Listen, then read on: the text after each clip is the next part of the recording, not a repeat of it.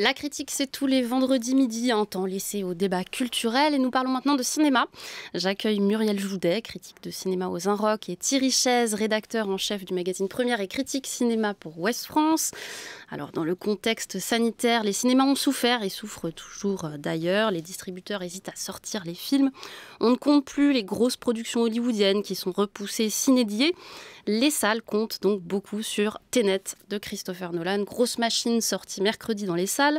Nolan qui a derrière lui Inception, Interstellar ou encore la trilogie Batman à ses inconditionnels et ses détracteurs. Il y a ceux qui admirent la profondeur mécanique et philosophique de films ultra sophistiqués et d'autres qui crient à l'enfumage général. Tenet, je crois, n'échappe pas à la règle. On écoute tout de suite un extrait de sa bande-annonce.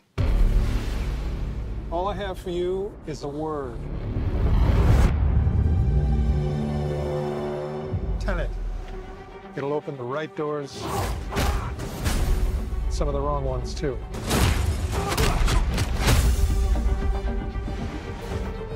Use it carefully.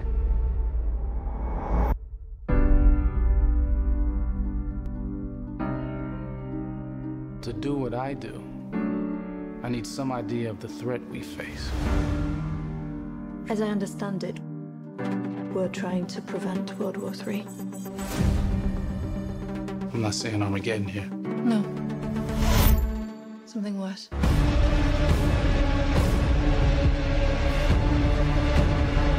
What'll happen here? Hasn't happened yet.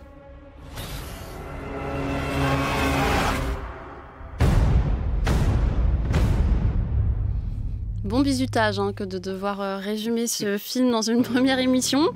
Alors disons que nous avons affaire à un protagoniste, c'est pas moi qui l'appelle comme ça, c'est lui qui s'appelle comme ça. C'est un vague agent de la CIA.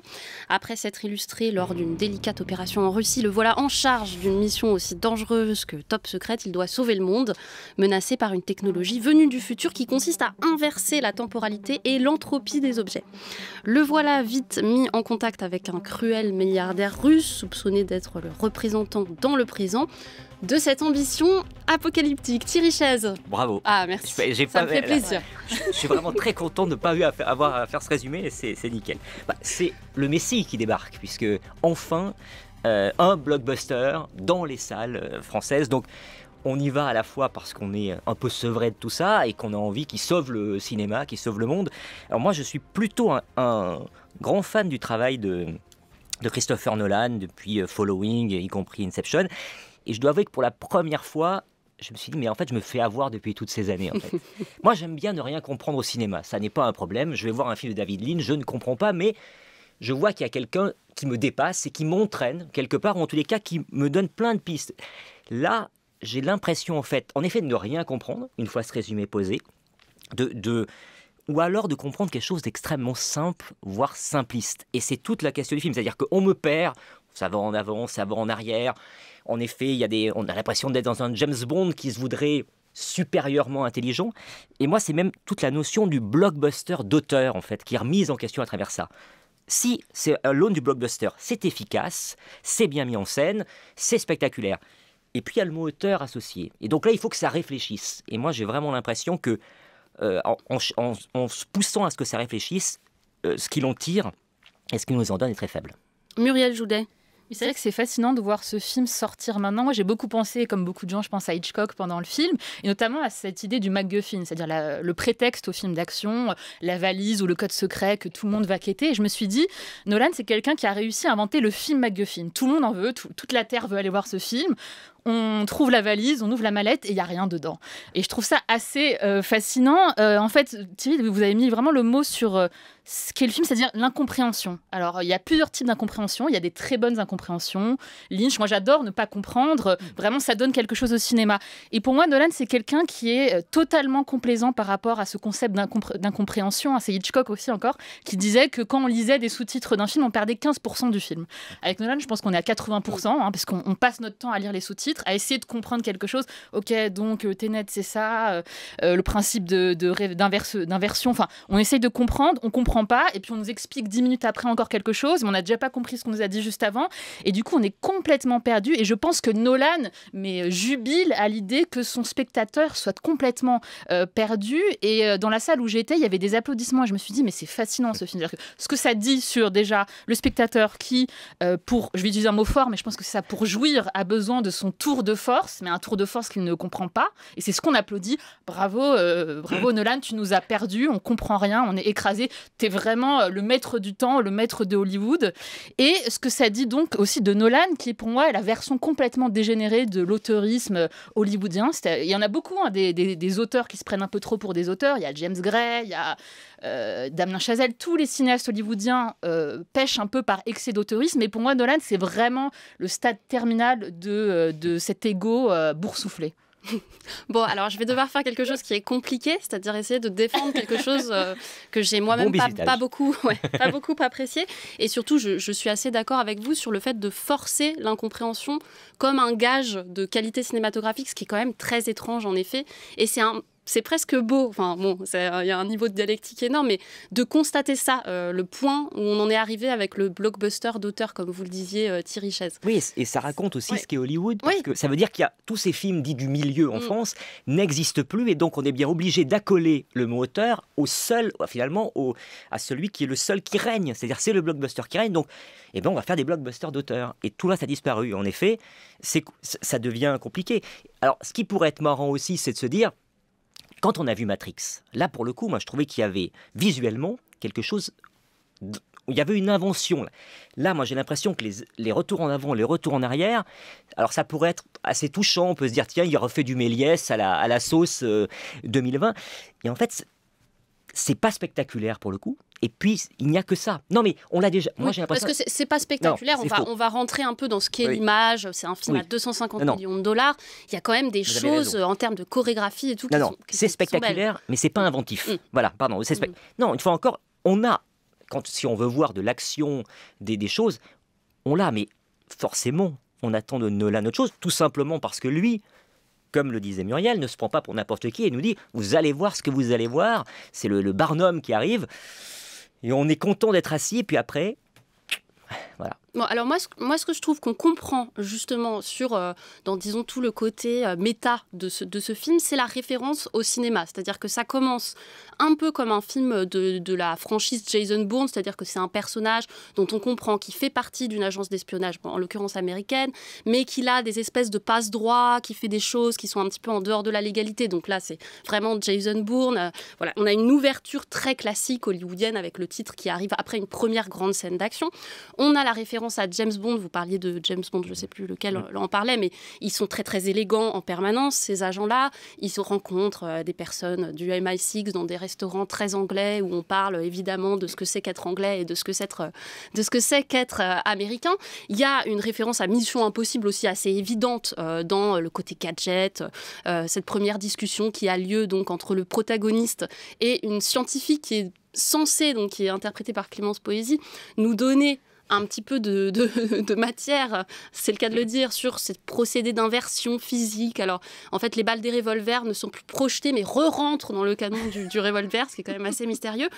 Moi, ça m'a intéressé jusque-là de regarder dans quel rapport, disons, Tenet se situe par rapport aux grands films d'espionnage, aux grands blockbusters d'espionnage. Muriel Joudet. Oui, je pense que tout ça converge vers la référence qui est Hitchcock. L'ouverture peut faire penser à L'homme qui en savait trop, avec cette scène d'assassinat dans un opéra, je crois que c'est ça. Et puis surtout La mort aux trousses, qui est dans la filmographie d'Hitchcock le moment où Hitchcock vraiment travaille le vide, quoi. C'est vraiment juste une sorte d'énorme attraction formelle où il n'y a plus rien, il y a juste un MacGuffin, un homme qui circule dans les décors. Et vraiment, le Nolan est construit comme ça. C'est une circulation dans des décors, un fétichisme aussi des décors. Mais le génie de La mort aux trousses, c'est qu'il y avait quelqu'un qui comprenait rien et c'était Cary Grant. Alors que là, dans le Nolan, tout le monde comprend tout.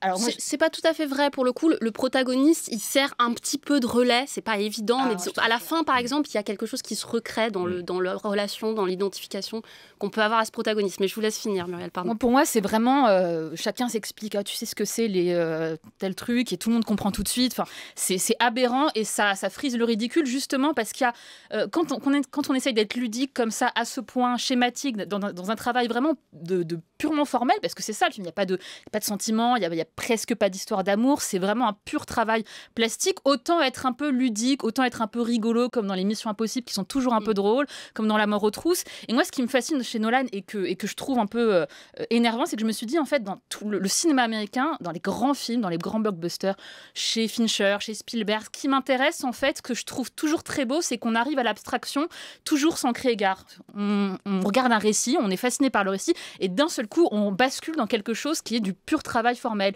Et ça, je trouve que c'est une sorte d'élévation du spectateur. Et Nolan, il a complètement inversé ce rapport entre figuration qui mène progression à l'abstraction. En fait, on attend juste le moment où il va nous retourner le cerveau. Et en attendant, on s'embête, pour pas se dire autre chose, on s'embête énormément parce que c'est quelqu'un qui n'est pas intéressé par le récit, qui ne sait pas construire de personnages, qui ne sait pas filmer les femmes. Et en fait, son récit n'est là que comme salle d'attente préliminaire pour la grande attraction foraine qu'est ces scènes d'action qui sont plutôt belle en général, mais là, je trouve que comme il n'y a pas de récit qui nous emmène généreusement vers ça, les scènes d'action ne m'intéressent pas. Bon, on va y venir aux scènes d'action, mais je rebondis sur quelque chose que vous avez dit. Le fait que c'est tellement ridicule que ça peut faire rire. Moi, dans la salle, bon, évidemment, comme vous, ça a applaudi. Les gens étaient très, très enthousiastes à la fin du film. Mais les gens riaient aussi beaucoup de leur propre incompréhension et surtout de ces dialogues qui sont en plus montés à une vitesse ultra rapide, en chant contre chant. Moi, j'avais du mal à lire les sous-titres en regardant qui était en train de parler. Enfin, c'est quand même assez impressionnant. Se concentrer sur le dialogue. Et puis le vocabulaire est complètement ahurissant. Je me suis vraiment dit à un moment, en fait, bon là, pour le dire très simplement, il se fout de notre gueule, c'est fait exprès, c'est rigolo et c'est à l'image de cette espèce de grand méchant qui est interprété par Kenneth Branagh, qu'on reconnaît à peine parce qu'il est complètement déformé. Cet acteur anglais qui vient du théâtre, qui a joué du Shakespeare et qui là joue un méchant russe avec un accent à couper au couteau. Là, en fait, j'arrive pas à croire qu'il n'y a pas d'humour là-dedans. Thierry Chèze. Moi, je crois qu'il y a là, pour le coup, beaucoup d'humour assumé. On a l'impression que c'est vraiment plutôt... Il sort d'un film de Luc Besson plutôt que de... Je pense que c'est une autre allusion. C'est ces grands numéros d'acteurs qui en font beaucoup avec l'accent. C'est une fois encore un clin d'œil de cinéma. Alors moi, je trouve justement, on parle des acteurs, que quelqu'un comme Robert Pattinson s'en tire plutôt bien. Mais il s'en tire toujours, en fait. Voilà. On a l'impression, Robert mais là, Pattinson. c'est encore plus frappant. Je trouve que... Alors, à la fois parce que peut-être qu'il y a un mystère autour de ce personnage, mais je trouve qu'il y a une classe, il y a quelque chose, comme si à un moment il y a quelqu'un que j'arrivais à suivre ou poser, honnêtement, oui, et ça me fait du bien. Moi, j'avoue un faible aussi pour Elisabeth Debicki, même si elle est assez peu servie, je suis assez d'accord sur l'écriture des personnages féminins. Que je ne connaissais pas du tout, alors peut-être vous pouvez la situer, qui est une très grande actrice anglaise, qui fait beaucoup de 2m30. Voilà, c'est génial. Elle est impressionnante. C'est le seul truc que j'aime dans le film, c'est qu'elle est plus grande que les hommes. Il y a quelque chose oui, c'est ça, physique. On l'a découverte au cinéma dans un film qui s'appelait Les Veuves de Steve McQueen. Elle sera dans The Crown, elle sera Lady Di bientôt dans la série. C'est plutôt quelqu'un qui est habitué au second rôle et je trouve que le fait de lui laisser cet espace-là me plaît dans les bonnes choses. Mais en effet, moi, j'ose espérer qu'il y a, en tous les cas, ce côté humour n'est pas malgré lui. On ne peut pas faire jouer Kenneth Branagh comme ça et penser que les gens ne vont pas rire. Je pense que Christopher Nolan a cette distance-là, évidemment. Sur les scènes d'action, Muriel Joudet, vous disiez, c'est vrai, c'est des personnages qui circulent dans des décors. Alors, il y a plusieurs types de décors. Il y a cette scène que je trouve, encore une fois, assez magistrale d'ouverture dans un opéra complètement en béton qui ressemble à un vaisseau spatial russe. Je ne sais pas si c'est un opéra qui existe pour de vrai, je ne me suis pas renseignée, mais c'est un très, très beau bâtiment. Et il y a un souci, comme toujours chez Nolan, de l'architecture urbaine en particulier. Londres n'est pas filmée comme n'importe quelle ville. Les bateaux, l'Italie, parce qu'il y a un moment qui se passe dans un golfe, j'imagine, au large de Naples, ne sont pas filmés de la même manière que Londres. Il y a quand même un souci du décor jusqu'à cette scène finale qu'on ne va pas dévoiler, mais qui est une scène de guerre dans un lieu qui n'existe pas, enfin, qui ressemble à une ville en ruine moyen-orientale ou russe. Enfin, c'est très impressionnant. Moi, en fait, au bout d'un moment, je n'ai plus regardé que ça. Ah, mais de toute façon, c'est fait pour. C'est vraiment comme La mort aux trousses. C'est-à-dire, à un moment, on décroche, on comprend pas ce que doit faire le héros. Bon, on sait qu'il doit chercher un truc et qu'il y a une fille au passage qui va croiser. Et à partir de là, c'est plus qu'un souci, les décors. C'est vraiment les personnages du film. Et d'ailleurs, ce qui m'a frappé, c'est quand Pattinson et John David Washington visitent là l'espèce de bunker où il y a des œuvres d'art. Ils regardent la sécurité, les trucs pour les incendies, tout ça. Et je me suis dit, mais en fait, c'est ça. En fait, c'est Nolan qui est en repérage. Il regarde ce qu'il va pouvoir faire de ce décor. Et tout est comme ça. C'est c'est un héros qui visite un décor et qui voit ce qu'il va pouvoir en faire en termes de vertige plastique. Et à beaucoup d'égards, le héros est Nolan, hein, parce que déjà il comprend tout, parce qu'il va sauver le monde, et Nolan sauve aussi le monde, et puis aussi parce que voilà, il est dans un rapport au décor qui est complètement utilitaire. Et pour moi, c'est la grande force de Nolan, mais je trouvais qu'il était beaucoup plus intéressant quand il était, brimé par le film de commande, c'est-à-dire les Batman. Là, au moins, on lui dit, bon, tu dois être compréhensible, il y a des fans de Batman. Il y a un scénario à la base. Voilà, il y a des fans de Batman, donc il y a un cahier des charges, et en fait, ça rendait ce rapport à la commande, il pouvait se libérer, il pouvait créer vraiment, il y avait une sorte de dialectique intéressante entre la commande et son univers. Là, c'est quelqu'un à qui on dit, bon, écoute, t'as carte blanche, tu fais ce que tu veux, on n'a rien compris à ton scénario, mais vas-y, fonce, on te donne tous les millions que tu veux. Et là, c'est vraiment un cinéaste qui se rend parfaitement incompréhensible, avec toujours cette obsession de la scène d'action. Mais je me dis quand même, a-t-on vraiment besoin d'aller si loin ? Enfin, vraiment, il y a quelque chose... C'est une bonne question, ça, Thierry Chaize. A-t-on vraiment besoin d'aller si loin ? On a besoin de ça pour jouir en tant que spectateur. Mais peut-être que la période, oui, cette période-là, c'est que d'un seul coup, il y a aussi ce rapport-là, où ça fait X mois qu'on n'a pas vu, et qui tombe vraiment à pic, et qu'on n'a pas vu sur grand écran. Sur grand écran, voilà, sur grand écran. Mais parce que il est clair que si ce film sort, ça n'est pas un choix de la Warner, c'est vraiment Christopher Nolan, en effet, à qui on permet tout, qui a voulu que ce film soit en salle. Une fois encore, il sort en France avant les États-Unis, ce qui veut dire qu'il va sans doute être piraté, et que la sortie américaine, c'est compliqué. Moi, j'imagine voir en plus ça sur un petit écran. Je pense que c'est même pas que Nolan a une tête tellement énorme qu'il veut que ça soit sur grand écran, c'est que ça ne peut se vivre que comme ça.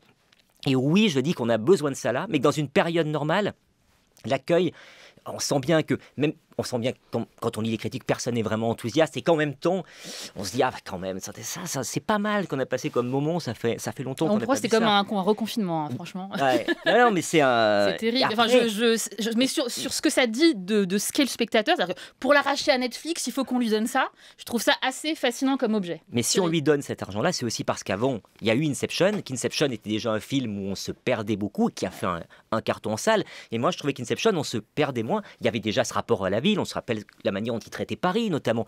Ouais. Donc, c'est aussi ça. C'est-à-dire que c'est pas juste une carte blanche, c'est parce qu'il arrive à faire ça. Je trouve que là, ce qui peut être intéressant, c'est ça. C'est de dire, alors voilà, je vais aller jusque-là.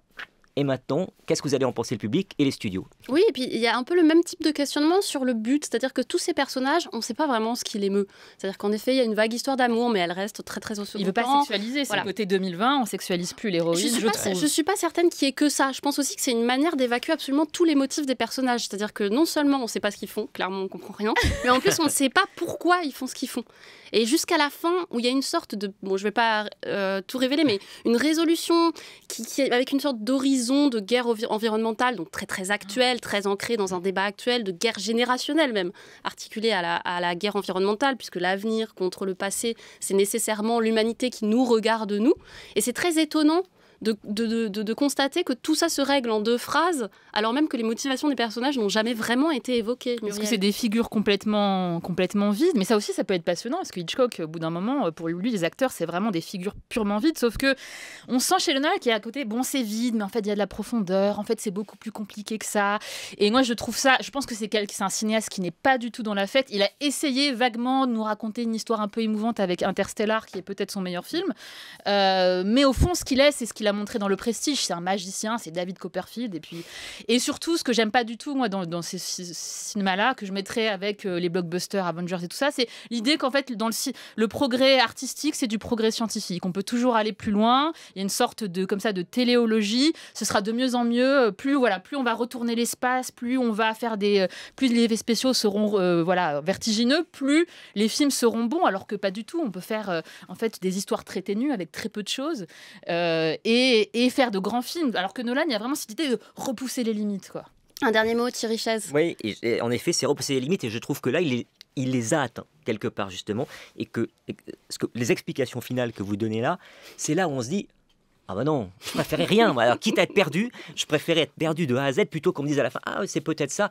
Qu'on arrive avec l'écologie, on se dit ah non, pas de sortir, c'est pas possible, pas Nolan. Surtout vu le prix du film, Voilà. l'écologie, merci. Oui, C'est pas faux. Quel est le bilan carbone du film, on verra. Oh là. Bon, c'est un film énervant, mais c'est quand même toujours intéressant d'aller voir les films énervants. Tenet de Christopher Nolan est en salle. France Culture, la critique, Lucille Comeau. Dernier objet au sommaire de cette critique, un film français sorti mercredi dernier, lui aussi, effacer l'historique, du duo formé par Gustave Kervern et Benoît Delépine, une plongée dans l'enfer technologique du quotidien, un film choral, doublé d'un film à sketch, qui met en scène 3 personnages en prise avec l'absurdité et la cruauté de notre modernité. Ah non, je peux plus faire l'amour avec vous, monsieur, je le saurais, hein, quand même. Donc vous m'avez offert un whisky, donc à ce moment-là je vous ai proposé de venir dormir chez moi et on a fait l'amour. Comment ça, une vidéo? Vas-y, comme ça. Mais enfin, qu'est-ce que c'est que ça? Qu'est-ce que c'est cette tenue? C'est ridicule. Ouais, parce que je suis breton, ma grand-mère a inventé la galette saucisse. Ça, c'est un gros bignou, ça. Ouais. Oh oui. Putain, une sextape. Faut effacer ça tout de suite. Si je veux vous faire chanter, je vais pas l'effacer. On m'a filé le contact d'un hacker, là. Si tu pouvais effacer celle-là aussi. C'est ma fille, hein. Ça, c'est le portable de la gosse qui a fait la vidéo. J'ai écrit 42 lettres recommandées à Facebook.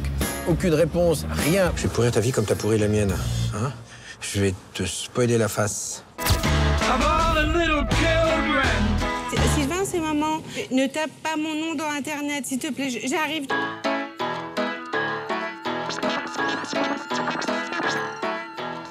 Vous avez peut-être reconnu les voix très reconnaissables de Denis Podalides et Blanche Gardin. On voit aussi Corinne Massiero dans ce film et tout plein de petits rôles très connus, on en parlera peut-être. Alors l'une cherche, on l'entendait, à se débarrasser d'une vidéo à caractère sexuel prise à son insu. Un autre tombe amoureux d'une opératrice téléphonique. Une dernière cherche à récupérer des étoiles sur l'application de VTC qui l'emploie. Le tout autour d'un rond-point de la France périphérique qu'ils ont occupé quelques mois plus tôt, vêtus de gilets jaunes. Muriel Joudet a un premier regard sur ce film. Moi, je suis partie du constat. J'avais pas grand-chose à dire en sortant, si ce n'est qu'il fallait que je parte de ce constat que ça me fait vraiment pas rire. Et à partir de là, essayer de savoir pourquoi, parce que j'avais l'impression que c'était moi l'anomalie. C'est quand même, un peu drôle, il y a Blanche Gardin, tout ça. Il y a de quoi rire, en fait. Mais moi, ça me fait pas du tout rire. Et je me suis dit, je crois que dans la comédie, je n'aime pas l'humour de connivence. Je trouve que c'est le stade zéro de la comédie. Pour moi, la comédie, c'est quelque chose d'extrêmement noble qui suppose une écriture extrêmement élaborée. Je pense par exemple, puisqu'on n'a pas parlé sur France Culture, à Tout simplement Noir, on sent qu'on se coltine vraiment l'écriture comique qui est la plus dure en fait, avec les films de Christopher Nolan. Mais c'est vraiment quelque chose, c'est une orfèvrerie que Kervern et Delépine ne se coltinent pas du tout. Du coup, qu'est-ce qu'ils font? Ils font une sorte de bout à bout d'observation sur Amazon, Le Bon Coin, Deliveroo, ce monde marche sur la tête. Constat qui, moi, personnellement, ne m'intéresse pas du tout, ni politiquement, ni artistiquement. Ce monde marche sur la tête. À partir de là, je ne fais rien. Et c'est un film tautologique. C'est-à-dire qu'on parle de ce monde marche sur la tête pour aller à « Ah là là, qu'est-ce que c'est mieux, la vie sans les smartphones, mais bon, ce monde marche sur la tête ». Moi, ça ne m'élève pas. C'est pas une comédie qui m'élève. Je trouve ça très complaisant. Je trouve ça très démago. Très certainement que ça va marcher sur ce truc démago. On est dépassé par ce qui nous arrive. Je trouve ça un peu bête. Peut-être que je continuerai après. Oui, voilà. Très bien. Thierry Chaise. Ce qui est intéressant, c'est que c'est un sujet qui, cette année, entre le début de l'année et la fin de l'année prochaine, aura concerné 3 films. Il y a eu Selfie, un film à sketch sur la nouvelle technologie. C'est un petit peu mieux, limite. Il y a celui-là. Et il y aura la comédie de Bruno Podalides avec son frère. Ça s'appelle Les Deux Alfred et qui chacun à leur manière traite. Moi, j'ai un faible pour Delépine et Kervern depuis le début. Est-ce que ça me fait hurler de rire? Non, mais ça ne m'a jamais fait hurler de rire. Est-ce que c'est on sourit plus qu'on ne rit? Moi, ce que j'aime, c'est la manière dont ils s'emparent de gens et pour moi, ils s'en emparent comme l'émission Striptease pouvait s'en emparer, ou presque comme les Deschiens pouvaient s'en emparer. Je comprends qu'on puisse être gêné, je comprends qu'on puisse trouver ça condescendant, je comprends qu'on puisse trouver... Mais moi, je crois en leur regard, je crois à leur empathie, je crois qu'ils sont les premières victimes de ça. Moi, ils ne me racontent pas le monde était mieux avant. Ils me racontent on est inadapté à ce monde, ce qui est complètement différent. C'est-à-dire qu'ils ne sont pas en train de dire... C'est juste que, voilà, c'est peut-être nous sommes dépassés, et à travers nous, nos personnages.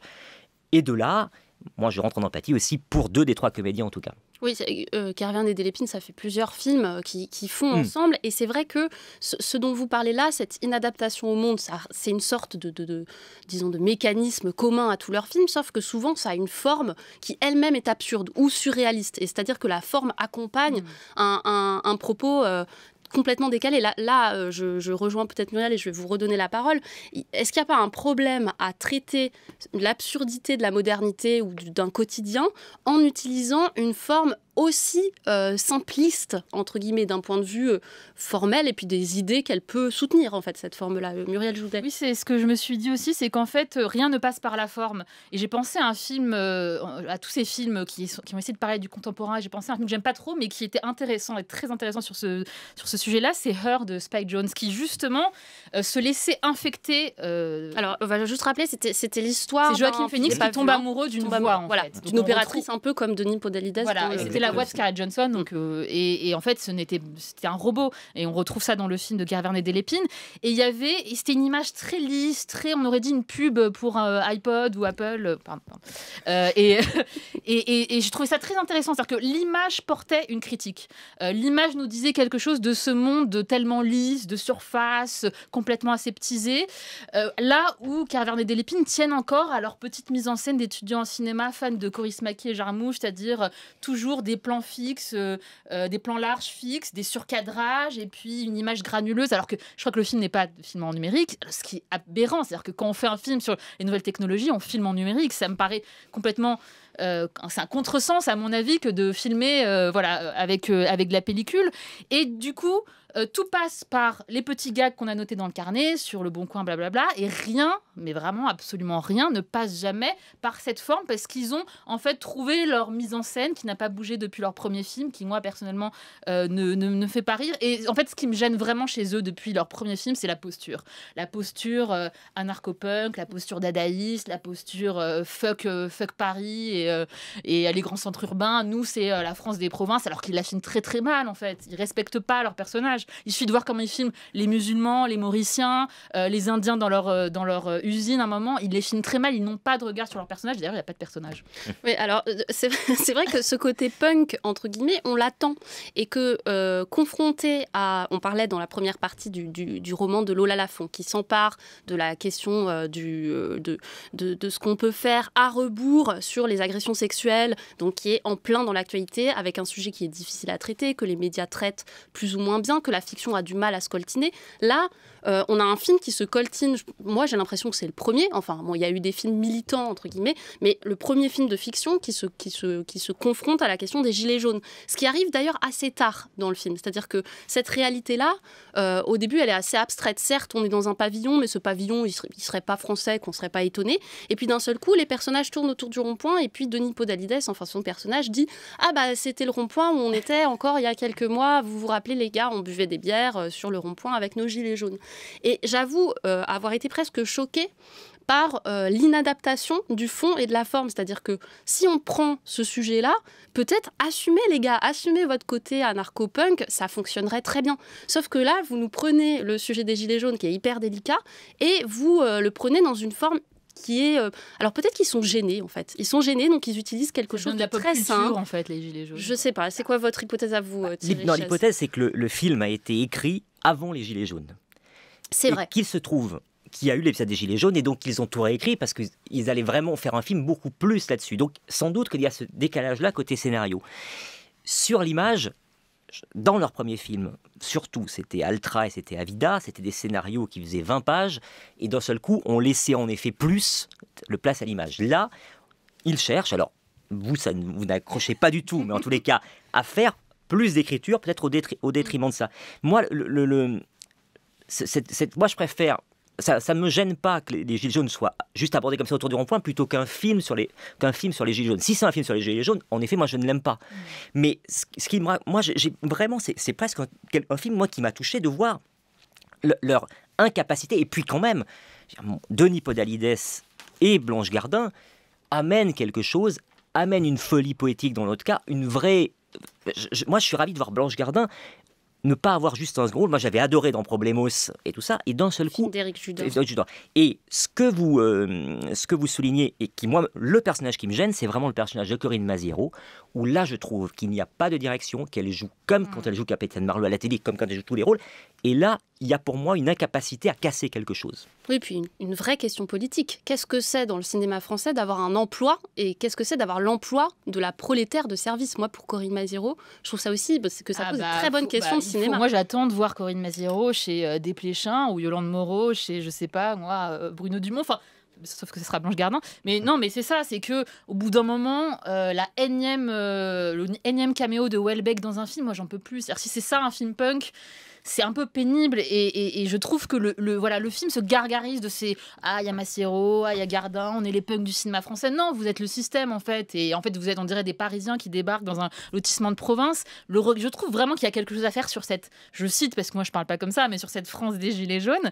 Et là, il n'y a pas de regard, parce qu'il n'y a pas de personnage, parce que Blanche Gardin, on dirait qu'elle est encore en stand-up. Et moi, je la trouve vraiment... Je trouve que c'est une très grande comique, mais elle ne sait pas jouer, parce qu'elle ne sait pas ce que c'est que donner corps à un personnage, et à un moment, je sais pas, peut-être qu'une scène, à un moment, montrer que ce personnage existe, qu'il est autre chose qu'une sorte d'usine à blagues. À un moment, il y a même des plans sur une réceptionniste, et bon, c'est rigolo parce qu'elle fait des blagues, et c'est une caricature de réceptionniste. Bah, peut-être qu'il faut la faire exister un moment. Peut-être qu'il faut aussi que le film soit plus fou que son sujet.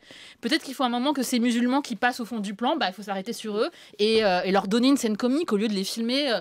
La scène est ridicule et pas loin d'être nauséabonde. Enfin bon, pour moi, c'est un film qui est limite sur le regard. Sur la chose qui décale et qui est un peu inattendue, moi je trouve que c'est l'utilisation, entre guillemets pour le coup, de Denis Podalides que je trouve le plus convaincant. C'est-à-dire que, en effet, Blanche Gardin, j'ai été assez déçue. Je suis pas sûre que sur la longueur, elle tienne le comique, justement, juste l'effet comique, alors que Denis Podalides, je le trouve assez drôle, Thierry Chèze. C'était écrit pour lui au départ. Au départ, il n'y avait qu'un seul personnage, et c'était lui. Et ensuite, pour pas lui faire vivre ils ont rajouté les deux autres. Mais il apporte, là pour le coup, il n'est pas directement dans l'univers des Lépine Kervern. C'est pas la famille au départ, c'est une famille un peu à côté. Et donc, je pense que ça se nourrit. De toute façon, c'est un formidable acteur, petit ou second rôle. Mais il y a quelque chose. Il apporte quelque chose. Mais de nouveau, moi, il m'apporte quelque chose. Il me fait pas hurler de rire. Il me décale le film. Il apporte une poésie, un attachement, toutes ces scènes justement avec cette jeune femme dont il est amoureux au téléphone, qui est prête à lui vendre tout. Et moi, ça me plaît, mais vraiment, je ne vois aucune condescendance dans le regard. C'est limite. Je trouve pas. Dernier mot, Muriel. Dernier mot. Je trouve vraiment, c'est un procès dur. Non, mais je sais que c'est dur, mais en fait, c'est vraiment le film est à la limite de tout pour moi, à la limite d'être drôle, à la limite d'être. Et en fait, je trouve qu'il est démago et populo, et l'humour de connivence pour moi est le plus faible, quoi, le moins intéressant. Effacer l'historique de Gustave Kervern et Benoît Delépine est en salle.